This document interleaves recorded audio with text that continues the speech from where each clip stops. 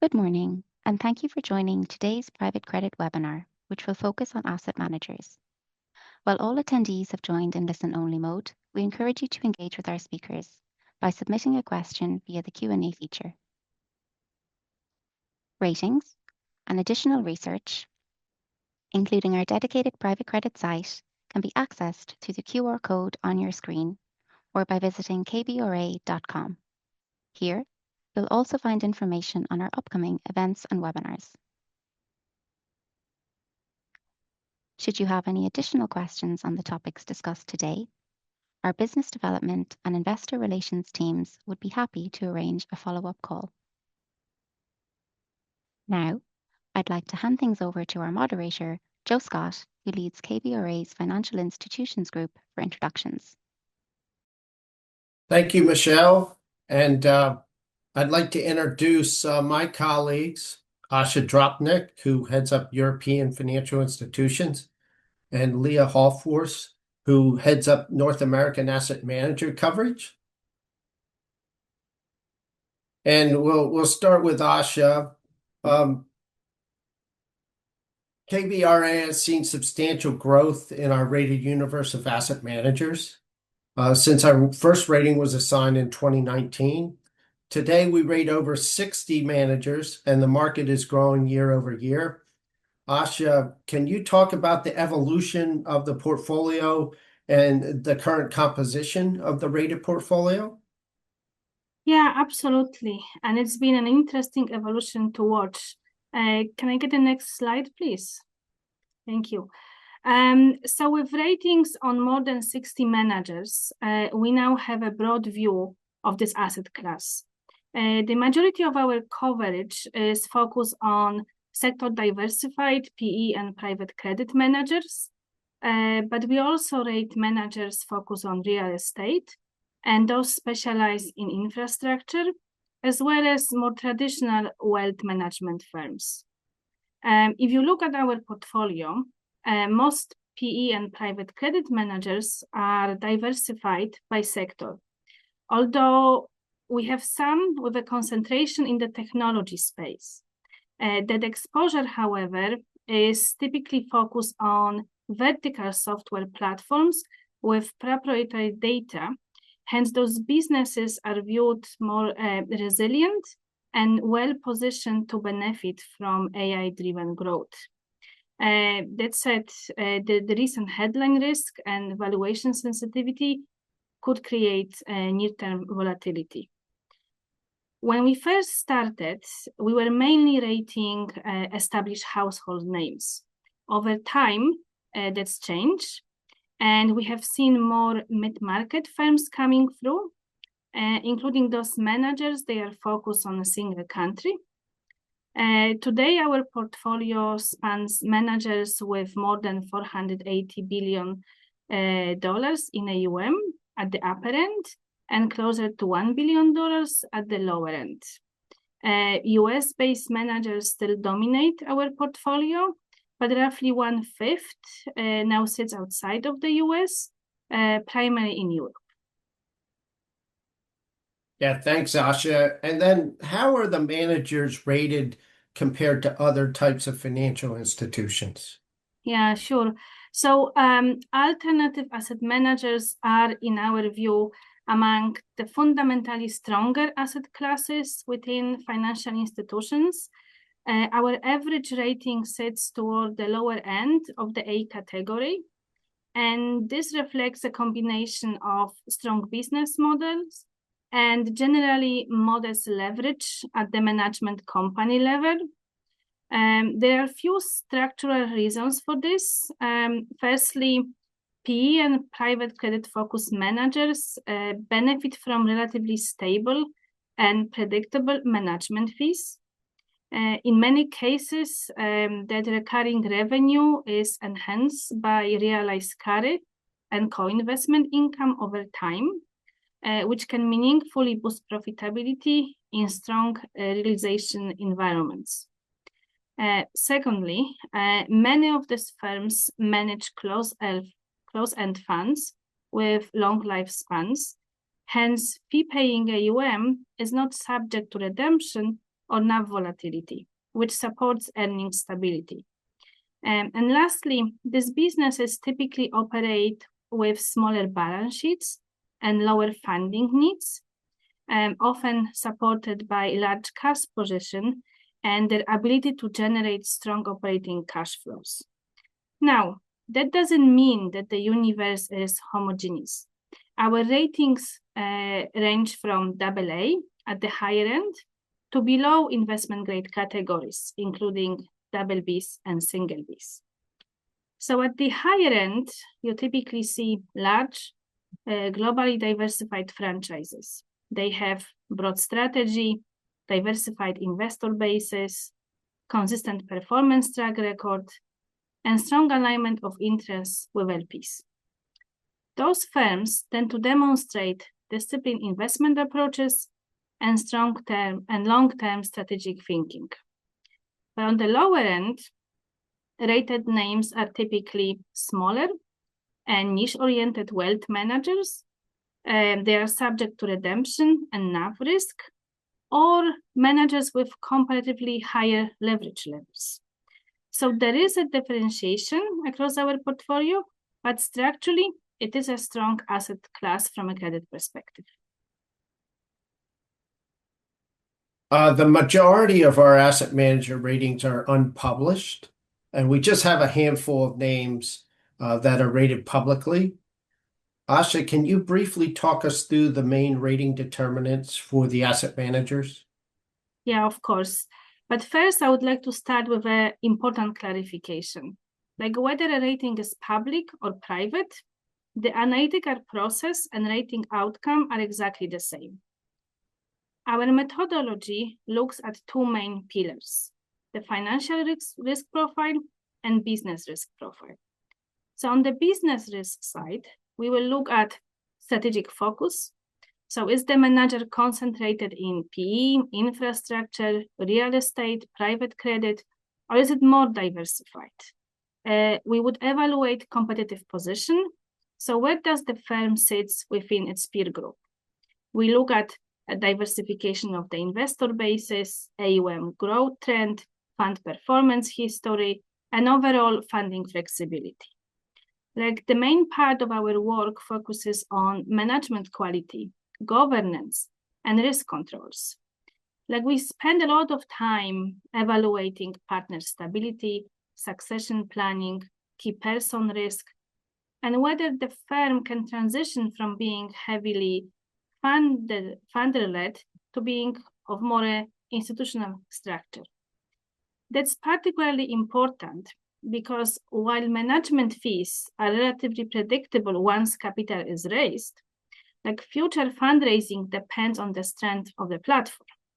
So ultimately, we are asking whether the manager can consistently replicate its business model across business cycles, leadership transitions, and different market. On the financial risk side, we are looking at leverage, interest coverage, liquidity, and cash flow generation, but always in the context of the business model. And then one item I just wanted to highlight is that when realized carry and co-investment revenue are part of the bondholder economics, we typically include them in EBITDA calculations. However, we also run stress scenarios that exclude carry and co-investment income and assume discretionary cost reduction, ensuring that our ratings remain resilient in more adverse environments. So the ratings reflect not just current performance, but our view of the firm's resilience and repeatability over time. In the event of acquisitions, we would assess the strategic rationale for it, expected financial impact, and the pro forma metrics to ensure leverage and overall risk remain consistent with our rating expectations. Now on to debt issuance. In the U.S. private placement market, it's roughly 80 to 100 billion in annual issuance, and it's become an important source of capital for the private credit ecosystem. and we're seeing more asset managers tap into it. Leah, can you talk about what you've been seeing in terms of growth of debt issue? Yeah, absolutely. And if we could please go to the next slide. Thank you. So since 2020, we've rated nearly 37 billion of debt, and that includes more than 8 billion for European managers. So there's definitely been meaningful growth and broader adoption of this market. That said, KBRA rated asset managers are generally infrequent debt issuers and are not typically reliant on ongoing market access in the same way that other financial institutions might be, particularly during periods of volatility. Historically, many of the firms that we've rated have had very little debt, and in some cases, none at all when they first tapped the USPP market. That said, they may have had backup revolvers in place, but strong cash generation meant that they really didn't need to issue debt regularly. But now what we're seeing is managers being more proactive about optimizing capital structures. And when we look across our rated universe, we've seen issuances increase considerably over the last 2 years. So they're up from about 1.5 billion in 2023 to over 6 billion in 2024 and over 9 billion in 2025. And that's been in part reflective of more favorable market backdrop, but those supportive conditions also coincided with managers accelerating diversification strategies. So we saw many leaning into areas with strong secular tailwinds like private credit, infrastructure, secondaries, and transitional energy. And importantly, 2024 also marked a surge in M&A activity across the sector, and we saw debt being used more strategically to help scale and reposition platforms. And then just looking in terms of type of debt, most KBRA-rated firms have issued on a senior unsecured basis. And then some managers, particularly those at the lower end of the rating spectrum, have come to market with secured structures, whether that's secured notes or secured term loans. And then looking at it from a rate perspective, about 3/4 of what we rate is fixed rate, and then 26% is floating. Yeah, thanks, Leah. And how are the KBRA rated firms generally using the proceeds from the debt issues? Yeah, so primarily we're seeing managers use debt to finance co-investments alongside their funds and better match those investments with long-term debt. We're seeing it used to seed new strategies and for product innovation. We're also continuing to see debt issued to support M&A activity. And then in some cases, we've seen it used to facilitate partner payouts or succession planning. And so while asset managers are still not frequent issuers relative to other financial institutions, we've seen debt becoming a more strategic tool. And then we'll go on to resilience and financial discipline among the managers. We'll go back to Asha here. How would you characterize the broader industry environment last year, particularly in terms of exits, investment activity, and fundraising trends? Yeah, sure. Can we get next slide, please? So if we step back, the scarcity of PE exits over the past few years has really marked the end of the era for the industry. Like for a long time, strong IRRs were supported by powerful macro tailwinds, low interest rates, and multiples expansion. As those tailwinds faded, dispersion across managers became much more visible. Private credit platforms are also operating in a more competitive environment, facing tighter spreads, slower deal flow, and modestly rising defaults from cyclical lows. So overall, the industry has entered a more structurally demanding phase where underwriting discipline is becoming increasingly important. So on exits, conditions are improving, but selectively. Like sponsors are relying more on partial monetization, continuation vehicles, and refinancing solutions. Distribution management has become a central focus. The playbook today is more liquidity-driven and more sophisticated than it was pre-2022. Headline deal volumes have rebounded, but much of that recovery has been driven by a small number of mega deals. Overall, deal activity remains uneven. Like in other words, it's a K-shaped recovery, with the largest and best positioned managers accelerating, while much of the market continues to work through liquidity constraints. Holding periods have stretched meaningfully, and distributions remain below historical norms. So even with improving exit values, DPI recovery will take some time. On the investment side, we did see a pickup in activity in the second half of 2025 after a pause earlier in the year. Managers are generally well positioned to deploy capital. Dry powder remains substantial, and opportunities continue to emerge in private credit, infrastructure, real asset, and secondaries. Digital infrastructure remains a key structural theme. But fundraising, however, remains challenging. Conditions have stabilized somewhat, but LP liquidity constraints persist, driven by slower distributions and extended holding periods. As a result, capital is concentrating among managers that can demonstrate strong performance and consistent distributions. So smaller platforms continue to face headwinds. The environment has simply become more competitive and more selective. At the same time, fundraising is increasingly barbelled, concentrated in mega flagship funds and in the private wealth and insurance channel. So many established managers are expanding semi-liquid and evergreen structures to access retail wealth capital, and we are seeing deeper partnership with insurance platforms to support longer-term growth. Thanks, Asha. With all that said, how are the KBRA rated managers performing against last year's backdrop? Yeah, overall they perform well, particularly given the backdrop.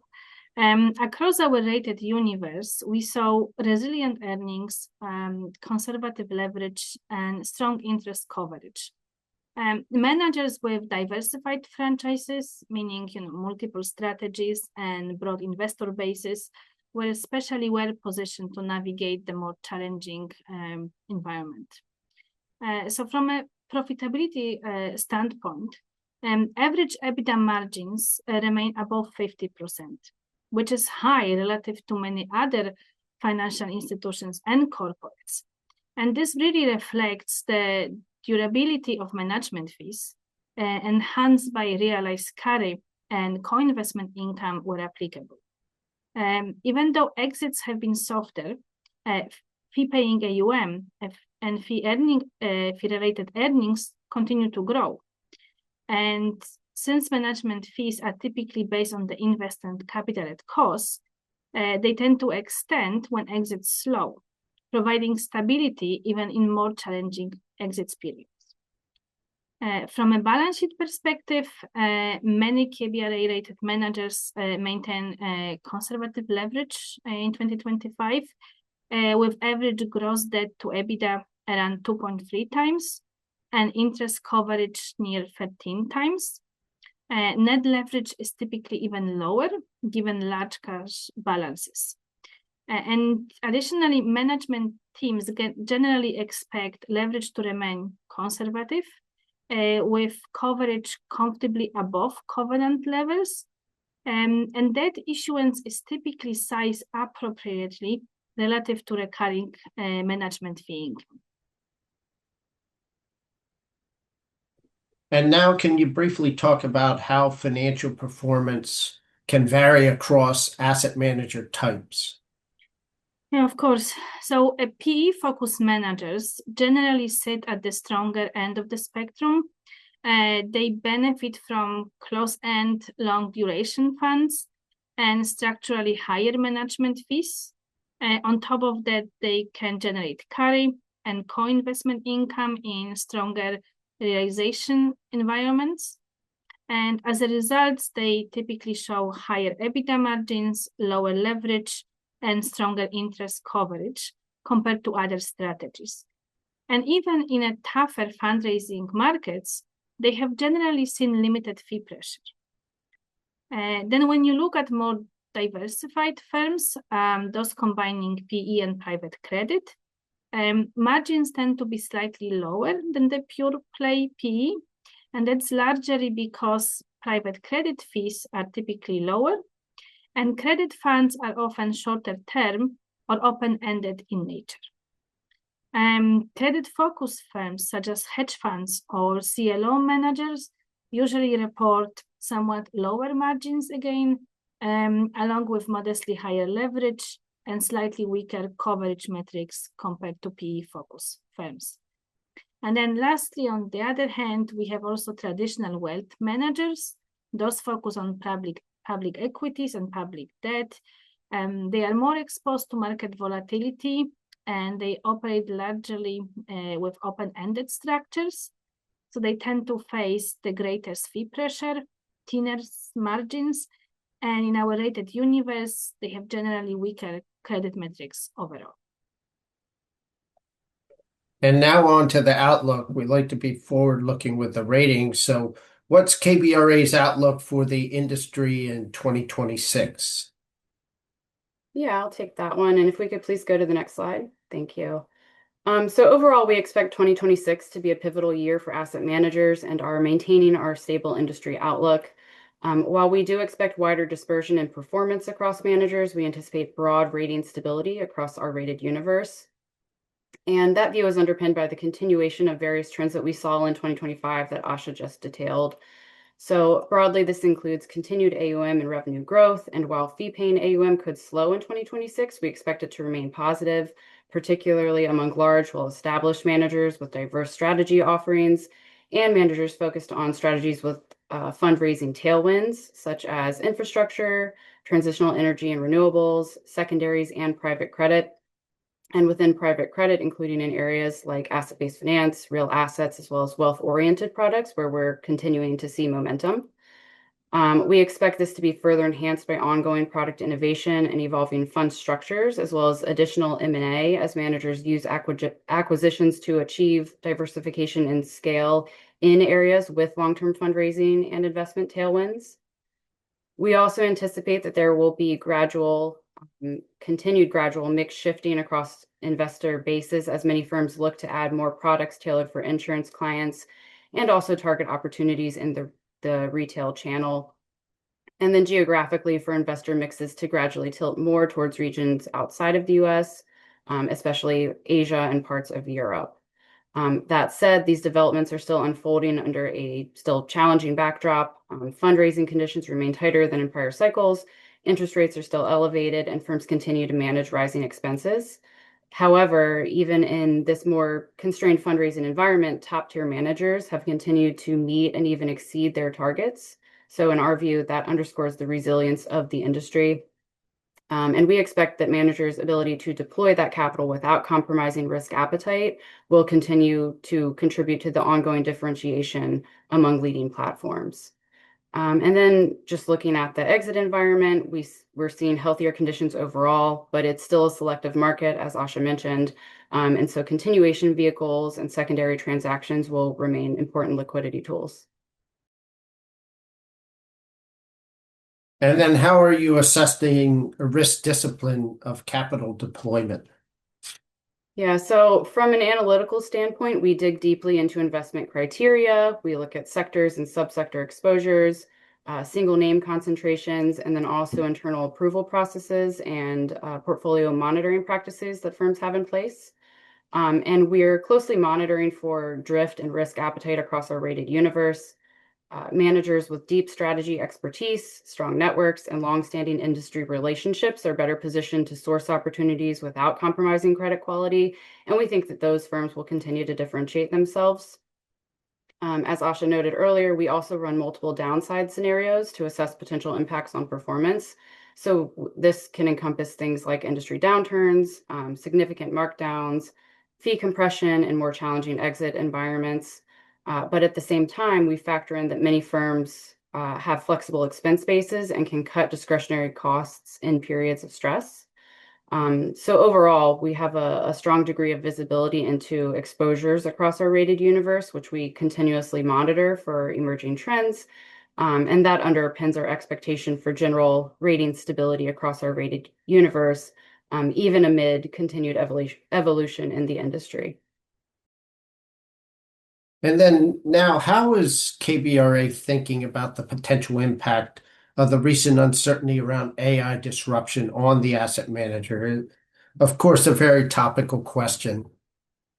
Yeah, so when we think about the recent uncertainty around AI disruption and what that could mean, especially for technology-focused managers or managers with fund level exposure to software and technology, we think it has the potential to slow fundraising, particularly in the retail and wealth management channels, as investors in those channels react to headline risk and shifting sentiment.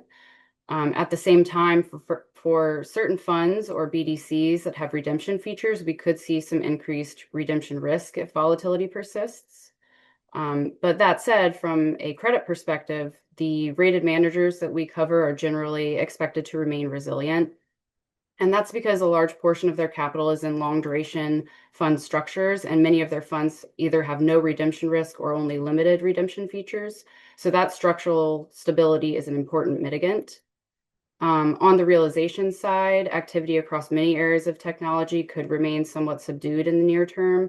And then there's also the possibility of fair value marks on certain investments, especially those made at lofty valuations in 2021. So overall, while there are pockets of pressure, we think the broader platform structures provide meaningful support. And now looking ahead, what are your expectations for debt issuance in 2026? We expect debt markets to remain generally supportive in 2026, and that view is grounded in our expectation for continued AUM and revenue expansion across the industry. As managers grow and diversify, we anticipate additional issuances to accelerate those strategic initiatives mentioned earlier. So this includes organic product and platform expansion, as well as strategic partnerships and acquisitions as managers look to strengthen competitive positioning. We are also seeing debt used to invest in perpetual or evergreen vehicles. We've seen this most in private credit, real assets, and infrastructure. And these structures also tend to resonate well with the wealth channel. So we think that this dynamic will become more prevalent in 2026. There's also the maturity profile angle. So some firms are already factoring in future issuances into their forecasts as they ladder maturities and extend duration, or opportunistically refinance, especially if interest rates trend lower. So we see multiple opportunities that are likely to sustain issuance activity in 2026. But we also importantly expect that KBRA rated managers will remain financially disciplined overall. Yeah, now, thanks, Sasha. Thanks, Leah, for all those insights. And now we have some follow-up questions we've received. So the first one is anything else you're watching? Any other things that come to mind when you watch the sector beyond what you've spoken about? Yeah, I can take this one. I think one of the area we are really focusing is risk infrastructure. And what I mean by this is, we can see asset managers growing the scale and diversification, and then there is a new product expansion and geographic reach. And this comes with an increased operational complexity. So we are looking and want to make sure that the firms have appropriate resources and infrastructure in place to be able to deal with this and monitor everything. So that's quite a bit of this is an area where we actually spend quite a bit of time during our conversation with management teams. Yeah, thanks, Sasha. And then another question received was, absent standard reporting, how do investors proactively assess the deterioration in the market, any sector disruptions of the underlying portfolio companies? And I can take this one, and I know, given the fact that markets are private, there's a lot of confidential details that don't make it into the public domain.